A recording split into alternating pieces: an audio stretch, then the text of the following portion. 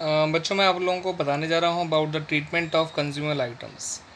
तो देखिए बच्चों, सॉरी नॉट कंज्यूमर आइटम्स, वो तो मैं पिछले वीडियो में बता चुका हूँ।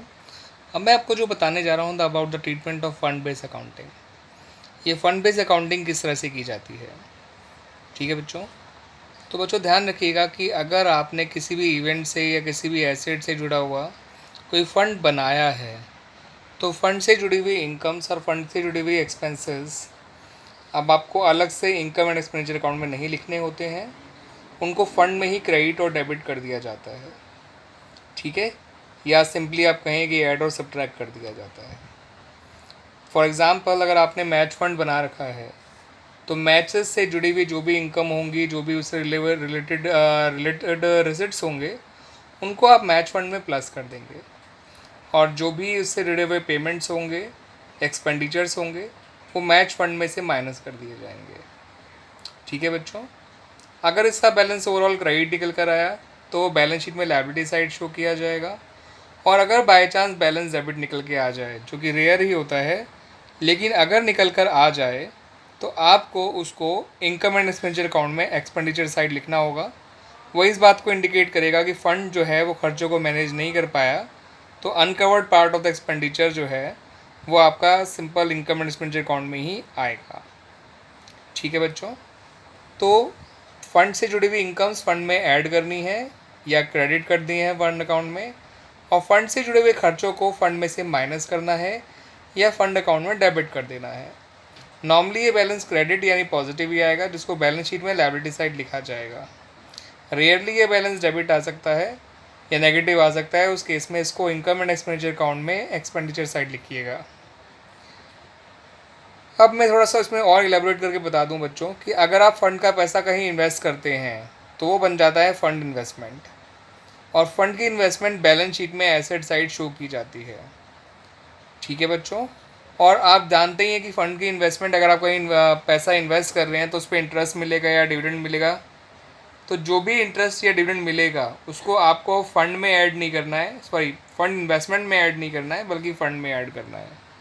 इस बात को ध्यान रखिएगा। तो जो फंड की इन्वेस्टमेंट का इंटरेस्ट है, that's an income, but now it's not an ordinary income, it's an income related to the fund, that's why it is added to the fund. क्योंकि ये फंड से जुड़ी हुई इनकम है, सिंपल एक नॉर्मल इनकम नहीं है, इसलिए इसको फंड में ऐड करा जाएगा, ना कि इनकम एंड एक्सपेंडिचर अकाउंट में इनकम साइड शो किया जाएगा। इस बात को ध्यान रखिएगा, ठीक है बच्चों। और अगर इस इनकम का कुछ पार्ट अक्रूड रह जाता है तो वो अक्रूड पार्ट एक बार तो आपको फंड में ऐड करना है, और साथ साथ क्योंकि वो अक्रूड है इसलिए उसको बैलेंस शीट में भी शो करना है on the asset side. For example, अगर आपने कोई इन्वेस्टमेंट साल के शुरू में ही करा रखी है 10% के रेट से 1 लाख रुपए की, तो आपको साल में इंटरेस्ट मिलना चाहिए 10,000 रुपये का, लेकिन interest during the received in the year was only 7,500। इसका मतलब होता है कि इंटरेस्ट 2,500 अभी मिलना बाकी है। तो जो इंटरेस्ट रिसीव हुआ वो भी फंड में ऐड करिए, जितना इंटरेस्ट अक्रूड है वो भी फंड में ऐड करिए, और जितना इंटरेस्ट अक्रूड है उसको फंड की एसेट साइड में, सॉरी बैलेंस शीट की एसेट साइड में भी शो करिए, क्यों, because accrued interest is an asset, और हर एसेट बैलेंस शीट में तो शो की ही जाएगी एसेट साइड में, दैट्स वाई। क्लियर बच्चों। तो ये तो क्या बच्चों, मैच फंड कुछ ऐसा ही ट्रीटमेंट टूर्नामेंट फंड का और प्राइज फंड का भी होगा। लेकिन इसके अलावा कुछ फंड ऐसे भी होते हैं जिनमें थोड़ा स्पेशल और एक्स्ट्रा ट्रीटमेंट भी करना पड़ता है। वो फंड होते हैं किसी एसेट से जुड़े हुए फंड। अगर आप किसी एसेट से जुड़े हुए फंड बनाते हैं तो उससे जुड़ा हुआ रिसिट्स एसेट फंड में प्लस कर देंगे, पेमेंट्स या एक्सपेंडिचर्स ऑन द कंस्ट्रक्शन और purchase of an asset asset fund में से माइनस कर देंगे, ठीक है बच्चों। तो ये काम तो आप मैच फंड में भी करते थे, तो यहाँ एक्स्ट्रा काम क्या है वो समझिए। कि सपोज़ आपने कोई बिल्डिंग फंड बना रखा है और आपने पैसा खर्च किया ऑन द एक्सपेंडिचर, मतलब ऑन द कंस्ट्रक्शन और परचेज ऑफ एन एसेट, तो उस केस में जो भी आप खर्चा कर रहे हो उसको बिल्डिंग फंड से तो माइनस करोगे ही करोगे, मगर साथ के साथ उसको जो है कैपिटल फंड में ऐड भी करोगे। क्योंकि मैच फंड, प्राइज फंड और जो टूर्नामेंट फंड वगैरह होते हैं उनमें और एसेट फंड में एक बहुत बड़ा फ़र्क होता है। वो सारे फंड्स इवेंट के फंड थे, उनसे कोई एसेट नहीं क्रिएट हुई थी जो आपको लॉन्ग टर्म बेनिफिट दे रही हो, मगर आप जो बिल्डिंग के कंस्ट्रक्शन पे पैसा खर्च कर रहे हैं उससे एक ऐसी एसेट क्रिएट हुई है जो आपको लॉन्ग टर्म बेनिफिट प्रोवाइड करेगी। That's why expenditure on the construction of building is subtracted from the building fund but added to the capital fund. इस बात को ध्यान रखिएगा बच्चों। और फिर बिल्डिंग क्योंकि एक एसेट है इसलिए उसको बैलेंस शीट में एसेट साइड भी लिखना मत भूलिएगा। जितना भी आपने एक्सपेंडिचर इनकर्ड किया है ऑन द कंस्ट्रक्शन और परचेज ऑफ एन एसेट उसको बैलेंस शीट में एसेट साइड में लिखना मत भूलिएगा। ठीक है बच्चों, एज बिल्डिंग और बिल्डिंग इन प्रोग्रेस।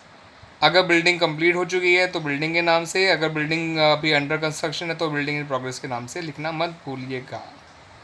क्लियर बच्चों, इस बात को बहुत ध्यान रखिएगा। ये एसेट फंड में ही ऐसा करते हैं कि जो भी expenditure on the construction of an asset होता है उसको एसेट फंड में से तो माइनस कर रहे हैं मगर कैपिटल फंड में प्लस भी किया जा रहा है, और साथ के साथ उसको एसेट साइड में शो भी कर रहे हैं because it is an asset. और कोई भी एसेट तो एसेट में बैलेंस शीट में तो शो की ही जाएगी on the asset side. That's why. अब मैं आपको बच्चों एक ऐसे फंड के बारे में बताना चाह रहा हूँ जिसका इंटरेस्ट जो होता है वो फंड में ऐड नहीं होता बल्कि इनकम साइड में शो किया जाता है। एंड ये इकलौता फंड होता है जनरल फंड, जिसको कैपिटल फंड भी कहा जाता है।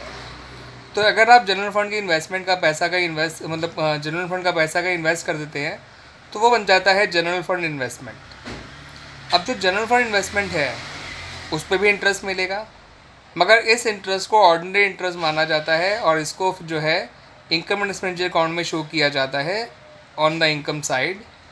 अगर उसका वो इंटरेस्ट अक्रूड होता है तो वो भी वहीं ऐड होगा उसी इंटरेस्ट में, लायबिलिटी साइड में कहीं नहीं होगा, फंड में ऐड नहीं होगा। और क्योंकि अक्रूड इंटरेस्ट एक एसेट है इसलिए उसको एसेट साइड में शो अब भी करेंगे। ठीक है, मगर जनरल फंड इन्वेस्टमेंट को जो इंटरेस्ट होता है उसको सिंपली इनकम के तौर पे शो किया जाता है in the income and expenditure account. Clear बच्चों?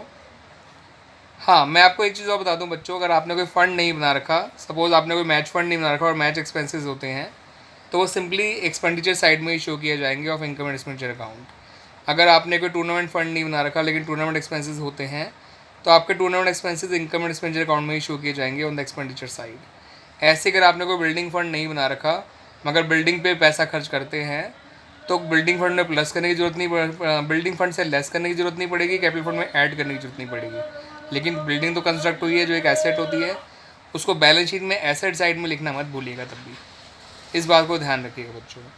तो बच्चों मैं उम्मीद करता हूँ कि आपको इस तरह से फंड बेस्ड अकाउंटिंग अच्छी तरह से समझ में आ गया होगा।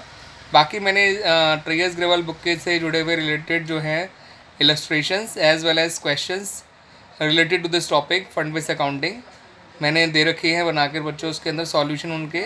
इसके अलावा प्लस से अपने भी कुछ एग्जांपल्स बनाकर जो है यूट्यूब पे डालता रहता हूँ और मैं और भी डालूँगा इन द कमिंग टाइम्स। तो आपको फंड बेस्ड अकाउंटिंग और भी क्लियर हो जाएगा बच्चों। और आप लोगों को भी अगर किसी तरह का कोई डाउट आता है तो आप मेरे को मेरे पर्टिकुलर चैनल पे जिसका नाम Praveen sir accountancy learning tricks है, आप जाके मेरे मैसेज बॉक्स में अपना क्वेरीज डाल सकते हैं। मैं आपको उससे जुड़े हुए क्वेरीज वीडियोज़ भी बना कर दूँगा बिकॉज़ मैं चाहता हूँ कि मेरे जो टीचिंग का बेनिफिट है वो ज़्यादा से ज़्यादा स्टूडेंट्स तक पहुँचे और ज़्यादा से ज़्यादा स्टूडेंट्स जो हैं मेरे पढ़ाने से बेनिफिटेड हों। ये मेरे लिए भी बड़ा इनकरेजिंग होगा अगर बच्चे मेरे वीडियोस को लाइक करते हैं और आगे फॉरवर्ड करते हैं और शेयर करते हैं, ताकि मैं और अच्छे और गुड क्वालिटी कंटेंट वीडियोस बना सकूं जिसमें अच्छा कंटेंट हो। देखिए, वीडियो क्वालिटी के बारे में मैं नहीं कहूँगा क्योंकि मैं कोई वीडियो टेक्निकल एक्सपर्ट नहीं हूँ, बट मैं अपने पढ़ाने में ज़रूर अपने आप को मानता हूँ कि मैं जिस तरह से पढ़ाता हूँ उस तरह से आप लोगों को ये कंसेप्ट पक्का क्लियर होंगे और आपको जो रिलेटेड प्रॉब्लम्स हैं related to your class 12 topics और इवन क्लास 11 टॉपिक्स भी आप डाल सकते हैं। मैं नॉर्मली क्लास 12 की वीडियोज़ ज़्यादा बनाता हूँ, मैं मानता हूँ, बट क्लास 11 के लिए भी मैं अपने वीडियोज़ बनाता रहता हूँ, डालता रहता हूँ टाइम टू टाइम। अगर आपको 11 क्लास के स्टूडेंट को भी किसी भी तरह की क्वेरीज है कि related to any kind of chapter, आप मुझे बता दीजिए, मैं उस चैप्टर का वीडियो बना के डाल दूँगा जो कि आप लोगों के लिए काफ़ी हेल्पफुल होगा बच्चों। थैंक यू बच्चों।